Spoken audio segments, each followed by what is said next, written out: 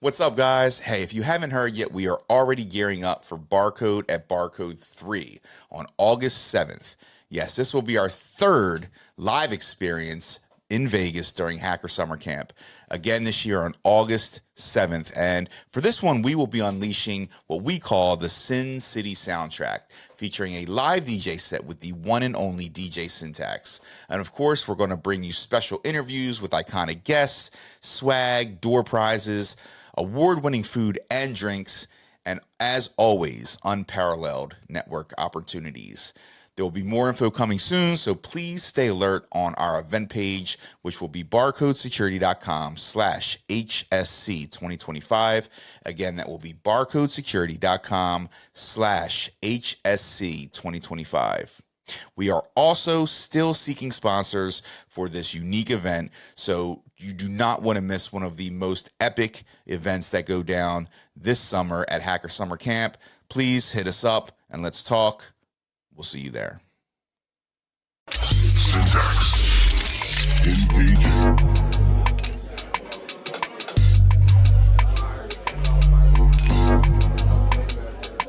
This is BarCode, a cocktail-powered podcast that dives deep into the personalities, criminals, and heroes that have come to define security across the globe.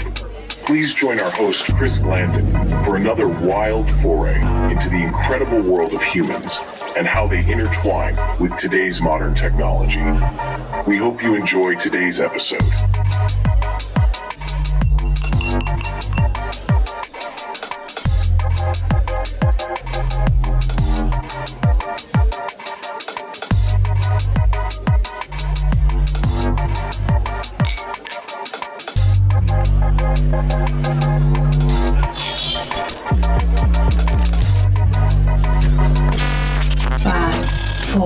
Three, two, one. Activate.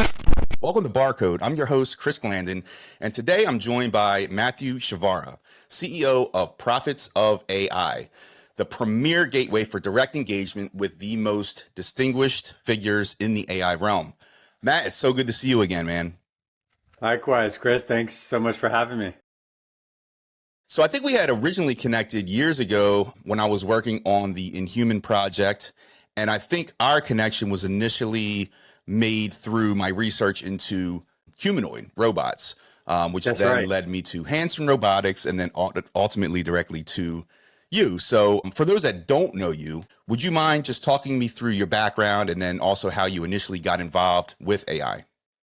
Yeah, sure. So my connection, my background in the artificial intelligence industry actually starts with this robot, with Sophia. So in case you don't know and you've been living under a rock for the past 10 plus years or so, Sophia is the world's most famous humanoid robot. She's developed by a company based out of Hong Kong called Hanson Robotics, and she was announced to the world on Valentine's Day at South by Southwest in 2017. So she's a product of love, right?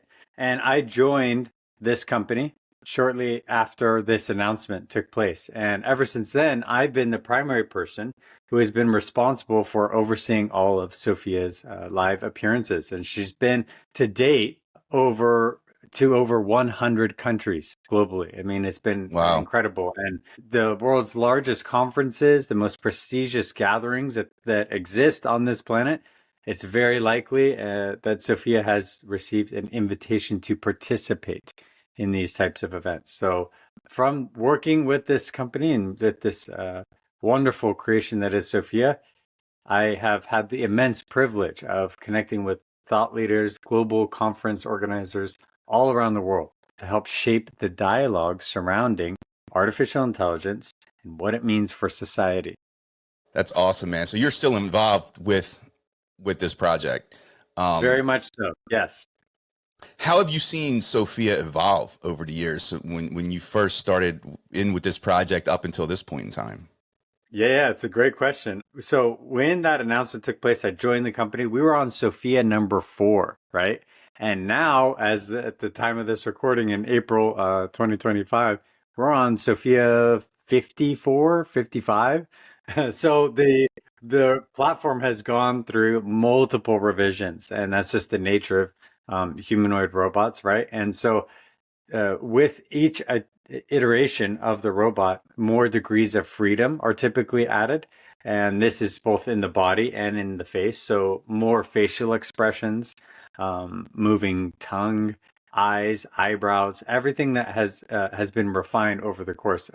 And one of the most notable, I would say, developments that have taken place is within the body itself. So like the robot now can move its shoulders, it has movements in the hip. So what this means, what this translates to, and more degrees of freedom equal a more compelling experience, more lifelike, more human experience when engaging with this robot, right? And so that is our goal ultimately, is to provide these like really remarkable interactions with people. We can get into that a bit later. Yeah. Yeah, I guess I'm just curious in terms of the overall trajectory of humanoids. Like where are we in the development of humanoids right now? Like how fast do you feel that development of humanoids is evolving at this point? Yeah, I mean, okay, so we just have to just take like a high level view of like Mm, what's going on in the world right now, right?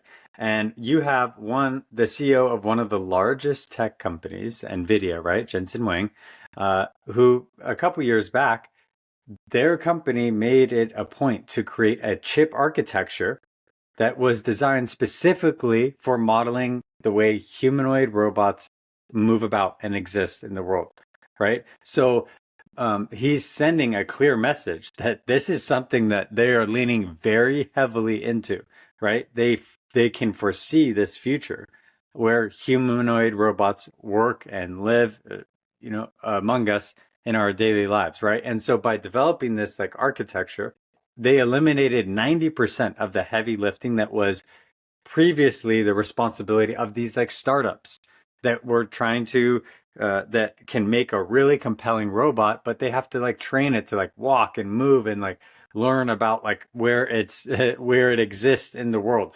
And hmm by developing this chipset and this environment in which they can model their behavior, they just unlocked the such many frustrations that were associated with getting these robots to perform like maximally, right? So then these startups can now just focus on doing what they do best, is making really compelling, lifelike robots, right?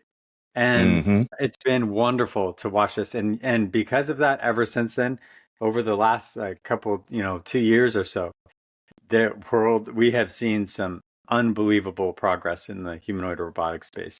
Robots that can move in ways that mimic and look really identical, eerily identical, you could say, to the way a human moves. Yeah. Well, I'm sure you saw Elon Musk's robot. What were your thoughts on that? On Actually, was Optimus, that yeah, real? yeah, of course. I mean, Because it you looks have to so be careful, unreal. honestly. And this kind of like goes into like the AI side of like why I formed this company. But on that point, is you have to be really careful now with a lot of the content that you see online, because so much of it can be like faked and like really convincingly faked, right? So I'm sure we've both seen images and videos of Elon Musk's Tesla robot doing like seemingly impossible things. But yeah, I would just caution anyone to make sure that what they're seeing is actually real. Yeah, yeah. It's hard to But believe that's anything not you to see say, anymore. I mean, these robots are genuinely very unbelievably impressive. And when you listen to someone like Elon Musk, who has his pulse on this industry, you could say, a very deep insight into the formation of humanoid robots. What does the future look like? What is it going? What does the horizon look like? And he will say that he envisions a world in which there are billions of these things on the planet, and it's kind of scary thought, maybe for some, an uncomfortable thought, but it's definitely coming. How soon that is, he thinks it's pretty soon on the horizon. Others are not as optimistic on that, but it's undoubtable that that day is coming sometime, maybe Yeah. sooner than later. Yeah, I mean the pace that you see AI evolving, from today to tomorrow is just at warp speed. So Oh you're yeah. starting to see the advancements with cognitive capabilities, and now you sort of add on that layer of physical format. At what point do you see those two collide in terms of the humanoid form factor and merging Mm. with cognitive abilities Oh or yes. agentic AI capabilities?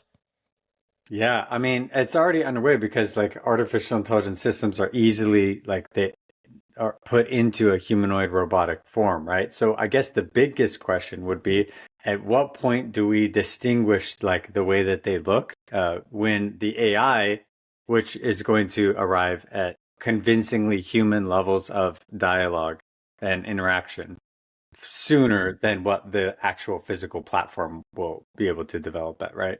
Yeah. Um, so like the conversational ability with AI systems is going to get like extremely good, extremely convincingly human-like, but the I think the hardware part of it will still like be a ways behind that. But at what it raises like a philosophical question in that when the hardware starts to really catch up and interestingly enough, as the AI gets better and better, that will also speed up the development of the hardware side of things. At what point do we make it a decision that we need to build these robots in a way that they don't look too convincingly human, right? And so Mm. there are some individuals who are in the space who disagree on this point. I can speak from the perspective of Hanson Robotics, and our CEO, and his opinion is that he believes that no matter how capable, convincingly human you can make a robot, there should always exist some element of artifice within these creations, that they should never exist in a form that like similar that you would see the androids in Blade Runner, right? Hmm. Completely indistinguishable from humans. But that future is a long way off, I think. But he believes that that should not ever take place. That we should always have some idea of like what we're interacting with, right? Yeah. That this is not human. Yeah, yeah, and I would say the same for the digital representation of people as well. Um, Whoa. that's it's always a concern on, again, getting back to the fact that it's going to become even more difficult to discern what's real and what's not. Um, Well, look at what China is making a hard stance on this. Their president wants to make it law that mhm. if any content showing a human form is out there and they're talking, that we have to know that this is AI generated content. Because I've been fooled. I'm sure you've been fooled by some. Oh I yeah, mean, yeah, I've seen, Donald Trump. He says crazy things all the time, right? I mean, that's just kind of like what he's known for. But I've seen some videos where like I was like, there's no freaking way this guy's talking about. I was tricked. I yeah, was like, I fell for it. But that's just the nature of of this technology. It's extremely dangerous in the wrong hands. yeah, yeah. And we're all vulnerable, even though we know on the other end it could be false. It's still It looks human to. Yeah, convincingly. It just looks exactly. absolutely real. That's the level of fidelity in which AI systems can actually capture the human form now, right? There's like the subtleties that we aren't even necessarily aware of, but like small facial movements, blinking, tongue movements, all it's like they've captured it. They know Yeah. how to emulate all of these like little things, right? That go into so it's yeah, it's a troubling time, that's for sure, and all the more need for really high quality, trusted information on artificial intelligence and its impact in society. Do you think there'll be a point in time where humanoids and real humans are going to be indistinguishable, meaning that the form factor that these robots are in look like us, have skin, temperature? Yeah, yeah, Do you see it getting to that point, I eventually? do. Yeah, yeah, Okay. I do. I think that it's kind of like the race to AGI right now. You say like you hear it all the time, and no one really knows when it's going to arrive. As far as like what that looks like when it actually does show up, there's like varying opinions depending on which professional expert you ask. But the goal is there. Like that's not debatable. the companies are all trying to get there, right? And I think that this is the same is true within the humanoid robotic space, is that the more convincingly human you can make your product, the the the more interest you're going to get surrounding that. So I think that this is just going to be the goal of all companies is who are in this business is to make their product as human-like as possible. It's just a matter of time. It's just a matter of time. Now, the hardware side of things is very difficult. Getting a robot to walk is extremely hard. There's so many like things that can go wrong. And I would say, being in the industry, the most capable example and most robust one that is out there in the market right now would be from Boston Dynamics. Their new, if you haven't seen it, their new Atlas robot is doing like it's known for doing the parkour sessions, but like this next model, their Atlas One, is like, it's unbelievable. It really is truly like looks like a human moving. It's like the strangest thing you've ever seen. Yeah, I did see that, and they have to be extremely expensive to produce. Oh, unbelievably so. But Boston Dynamics has government grants, and like they're not short on money. That's for sure. From your perspective, I mean, what do you see as the public's reaction to humanoids these days? Because you're in front of those people. Are they, shifting their mindset to be more acceptable now that it's more, prevalent in the public eye?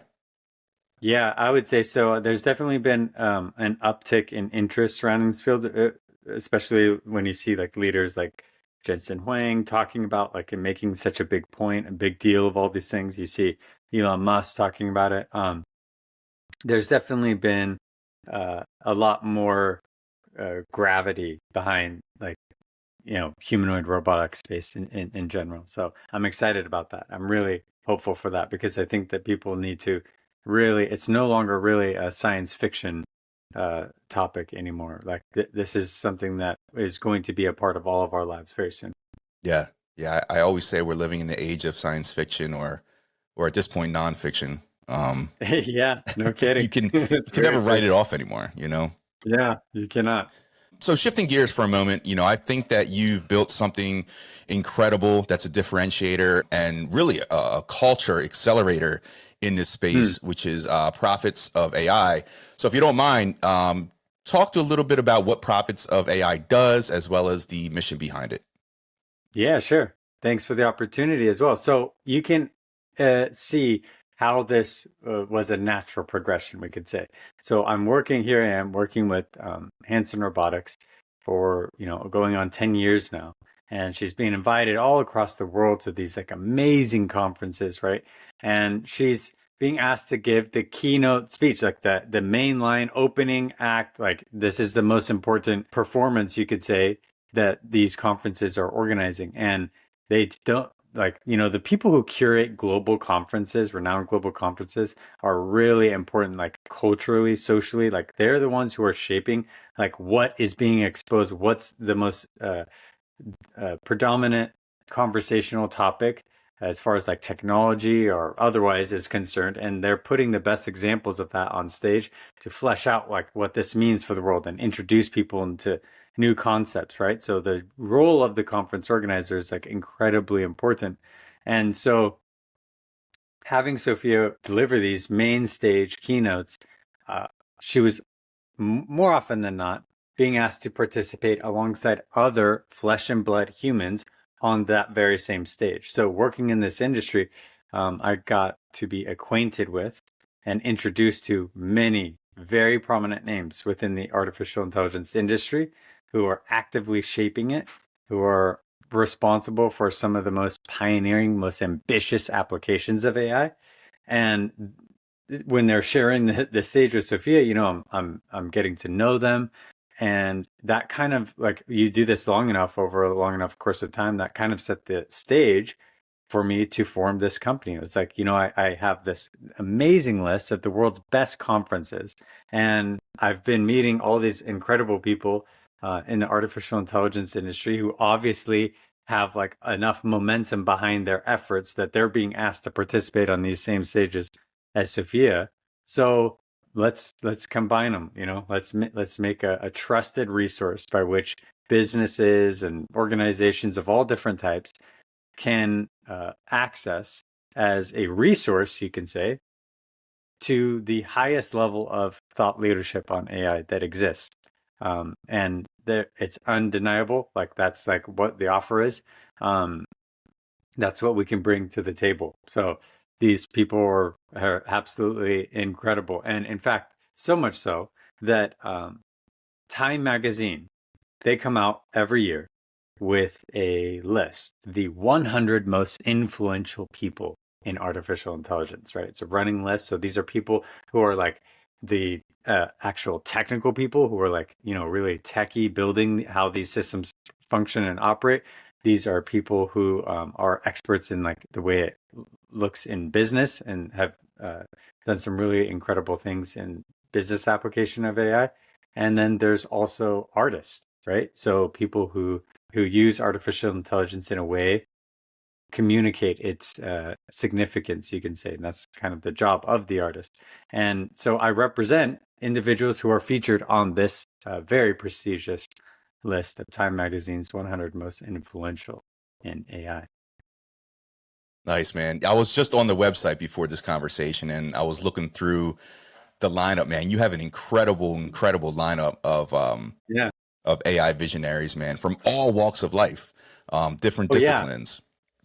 I mean, for me, that's one of the most remarkable things, right? Is like you can run an agency that represents all these people in AI, and there's at this point I represent over 50 people, and the list is growing massively. It's never ceased to amaze me that like you can have people who are seemingly in the same industry, but no two perspectives are alike on it, on like what this technology means. And many of the people that I represent, some of them disagree with one another, right? Yeah. So the way that AI shows up in the world is like, it's so vast, it's so varied, and it's incredible. It's like been a wonder, like owning this type of company has been an incredible learning experience for me, right? Yeah. Yeah, that's one thing I get from the podcast too, is you have, all of these minds that are talking on a singular topic, but their thoughts and their expertise, deviates from one another. And it's very interesting to see that. I think it's important because whenever there is some kind of like prestigious award, like a Time Magazine, like this one that I reference, right? That it's important to kind of introduce people to why they even ended up on this list, right? And I think a really good example, and so you represent all these people in AI, right? I'm most drawn to the artist, right? It's just how my mind works. And I think that the role of the artist is incredibly important as far as society, right? So I think that the way that you can conceptualize it is there is a wavefront of consciousness extending back throughout time. And at the forefront of this wave are the scientists who are actually advancing our understanding of like the way we see the world on a fundamental level, the way that it works, and the artists who are using the insights gained from the work of scientists and contextualizing that within their creations, within their artwork, that communicates its impact, its value, and its relevance for what that means for society as a whole. So artists exist as kind of like this bridge between the scientists and the masses and the rest of people, and they are and through their work they can communicate like what are some of the most remarkable aspects of the scientific perspective, the scientific insights, right? And what's happening now in the AI space and in the art world is like nothing short of unbelievable. It's amazing, really, what's happening. I mean, I am constantly blown away by this. And I think a good example is exemplified in one individual that I represent, an African American woman named Stephanie Dinkins. And she's a multi, aside from being featured on this list, she's won the Guggenheim Award, she's a multiple awardee for like her work in AI. And so she's a multimedia artist, a sculptor, and she created a statue. It fits about in the palm of your hand like this, and it has the profiles of 3 different women from her family, from her grandmother, great grandmother, and great great grandmother, and it's an artificial intelligent sculpture, so that when people who enter into this museum where it's housed, they can interact with this sculpture. It's been trained on the writings, audio recordings, just data of 3 generations of her family history, so that when you interact with this sculpture, you can hear the perspective of what it was like to grow up as an African American woman in the United States going back almost 100 years. And so this is like an unbelievable thing that clearly shows the power of artificial intelligence, but that's embodied in a magnificent and very beautiful. It's a very beautiful creation. So it's like these things just blow my mind, right? Yeah, it's phenomenal. Yeah. I mean, and things that would have never even been possible. Not possible. And the art side is so important. And we're not talking about Gen AI art. This is art, I think, that's on a whole nother level. Absolutely. Absolutely.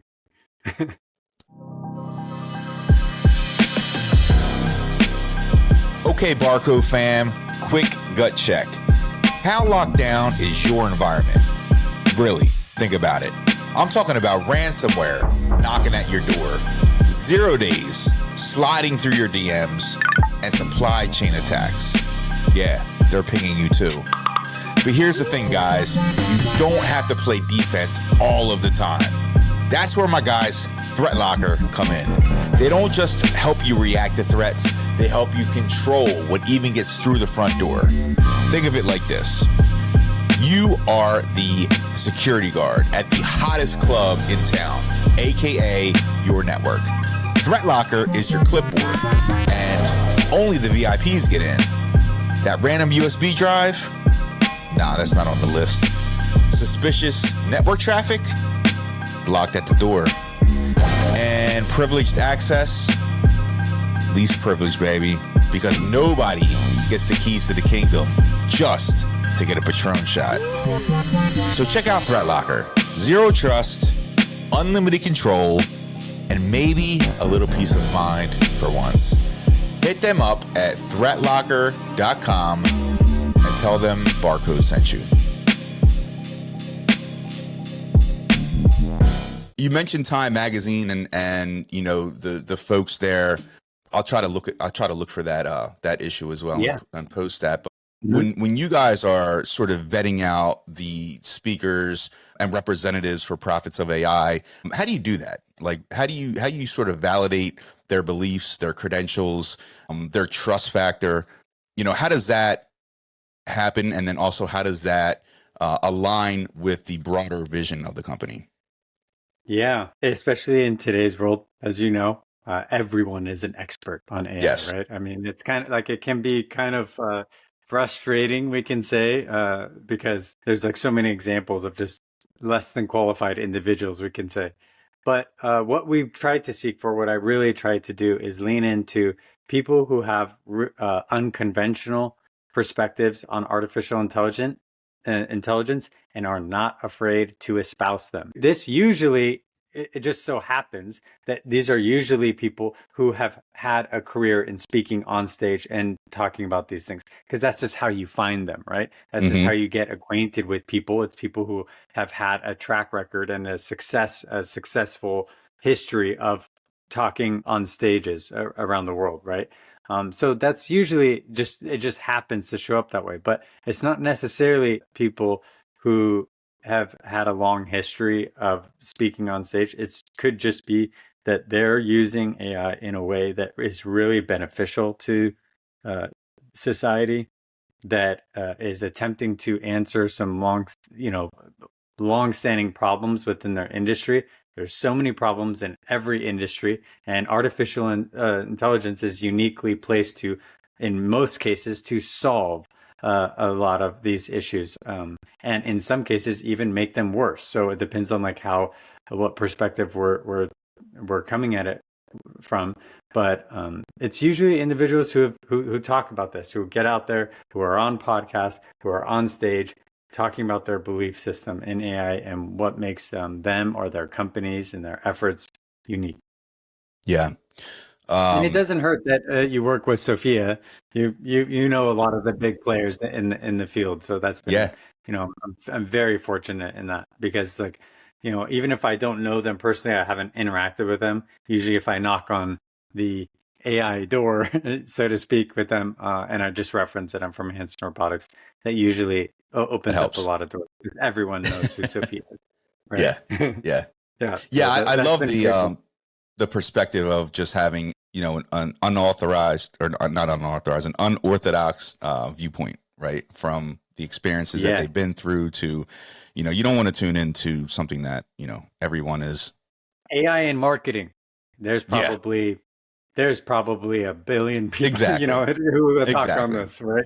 Yeah. It's just like, you finding something that is really unique out there that people are really hungry for. Yeah. Because I think that in the age of AI, they're seeing AI content all the time. They're hearing the damn word. I mean, I can't tell you how damn tired I am of You hearing get the tired word, of it. right? I mean, we got to think of a Yeah. new acronym or something. But Yeah. I try to get no, through one podcast without saying the word AI, and yeah, I've well, failed. it's that's what I'm saying though, and that's all the more important because it's on everyone's lips. It's being repeated all the time. What are some of the high level questions we need to be asking ourselves about what this technology means for the future, right? And how do we flesh those out? Like many audience members, and this has like been one of the most insightful things that I've found, is that many people who hear keynotes from the speakers that we represent, they're being introduced and acquainted with questions about the technology that they didn't even know that they were curious about, right? But that's what makes a good speaker, is someone getting you to think about like bigger implications, what's missing in the conversation, right? Mm-hmm.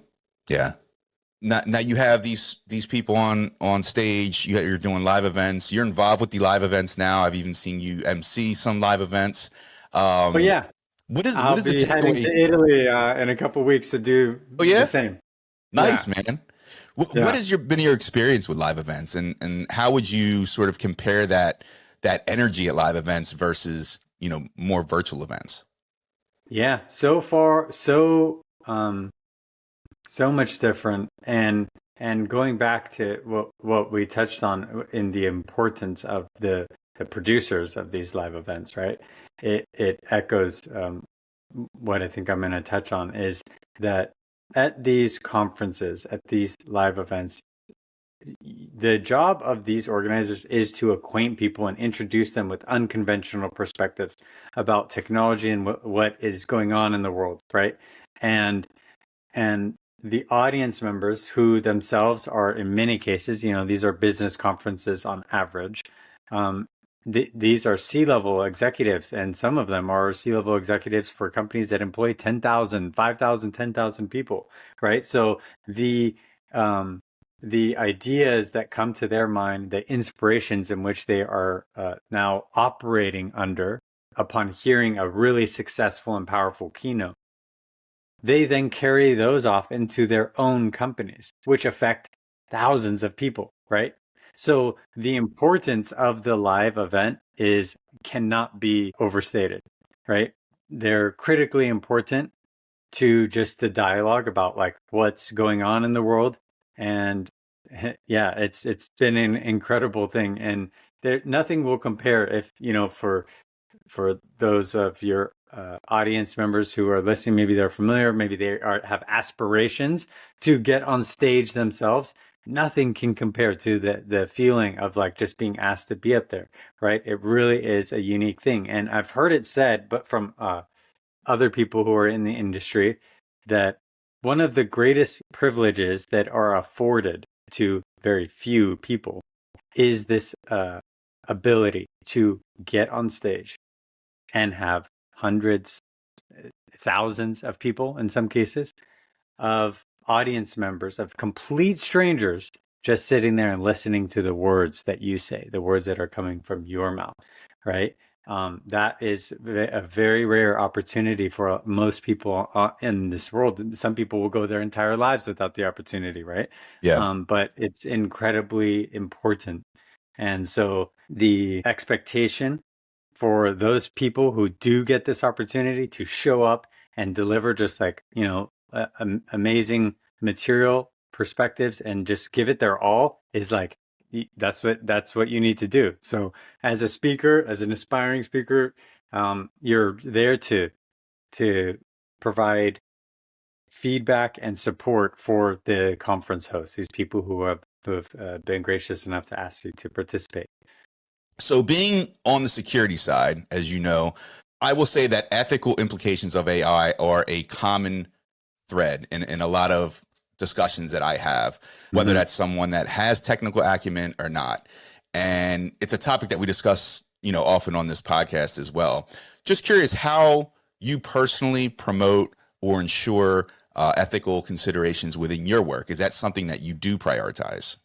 Yeah, absolutely. So it's great that you mentioned, because I represent someone who is directly related to how artificial intelligence systems are unveiled in the world, the kind of ethical certifications in which they need to adhere to before mass adoption, especially in places like government and stuff, right? So this is Nell Watson. She's from Belfast, and she's an AI ethics maestro at IEEE. So she's working on many of the standards and certifications of how AI systems actually evolve and get incorporated in the world. Phenomenal speaker. So finding these types of individuals who are doing it from a very high level, from like you could say like a top down level, is really important, because we want to hear those perspectives of the people who are shaping like how AI it works in the world, right? From your current vantage point, standing here in 2025, what concerns you most about transformative AI? Is there anything that we should proceed with caution on?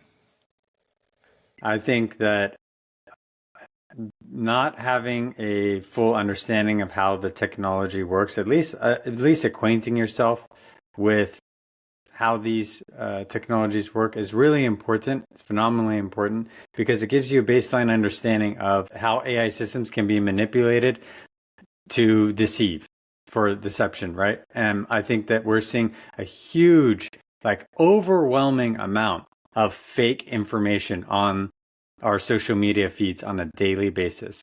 And there are a lot of like things going, a lot of initiatives right now to circumvent this and get rid of this type of content, but it's still out there. I mean, like I said earlier, like I've been tricked before on AI content that's showing up, and it's just it's really important that anyone engaging with AI systems has some baseline knowledge, so we can maybe hopefully equip yourself with a better understanding of like, hey, this is probably not what I think that it is, right? Because when you are operating under false pretenses, you can make bad decisions from them, right? Yeah. It's being aware. It's really being aware. And, having platforms like yours that helps, force that onto people. So Matthew, where can we find and connect with you online? And then also, where can we find out more about Prophets of AI and the people that you represent? Yeah, the best way to learn more about the types of people we represent would be our website, of course, prophetsofai.com. We have individuals from government to ethics to artists, you name it. All the different ways that AI shows up is there. And the website was designed in a way that was supposed to be an experience. I'd encourage anyone who's curious to stop by and visit. And then the best way to connect with me directly is, of course, LinkedIn. I'm pretty active on LinkedIn, posting content, try to every week there. So I'm very, very much involved on my LinkedIn. So yeah, and you have a killer podcast. So what is the URL for that? Actually, I've only been uploading directly to LinkedIn. Okay. So LinkedIn has just been my platform, but I'm very much in the process of like developing this. That's why I asked about Riverside earlier. Okay, nice, man. All right. Yeah. Well, I'm more than happy to help, man. Offline, Yeah, just let me thank know. you. Thank you so much, Chris, and thank you for all the work that you're doing to protect us and get and make sure that the world has a thorough understanding of like all the different dynamics in which the cybersecurity field is filled with people where we don't we don't fully recognize the importance of it. It's kind of take it for granted, right? It Um, is. It is. And we yeah, feel on our side it's the same way. Like we always try to think like the adversary and what can be manipulated, but there's also, that line of innovation that we need to be aware of and how AI is just going to be an incredible differentiator in society. damn right. Yep. So you're based in LA or the LA area. I know you travel extensively. What would you say is the most unique bar or bar type venue that you've ever been to, and what makes it unique? Yeah, sure. So one of the most remarkable places that I've been to was in Egypt, in Sharm el Sheikh, and the locals and otherwise even have described this place as having like a spirit, like it's like almost like a living place. It's called Farsha, and it literally feels as though you are stepping back in time. It's like the restaurant is built into the cliffside. Everything is only candlelit and by like antique lanterns. So and they're constantly playing like old antiquity music. So when you're enjoying your cocktail, your beer or whatever, and you're having some Egyptian food, which is wonderful, you will feel like you are actually participating in You're with a ancient times. legit spirit. Yeah, it's amazing. It truly is one of the most unique bars I've ever been in my life. It's called Farsha. Well, Matthew, I just heard last call. You got time for one more? Let's do it. All right. If you decided to open a cybersecurity or AI themed bar, what would the name be and what would your signature drink be called? I think the name would be Crucible because the AI industry is kind of a crucible, as a foundry of all different types of principles of expertise domains, um, and it's kind of an amalgamation where that affects everything in the world, right? So I think Crucible. And as far as the drink goes, I don't know. I don't want to stray too far away from the tried and true. I like the old fashioned, so I would probably just serve traditional cocktails there. Okay. Okay. I'll take it, man.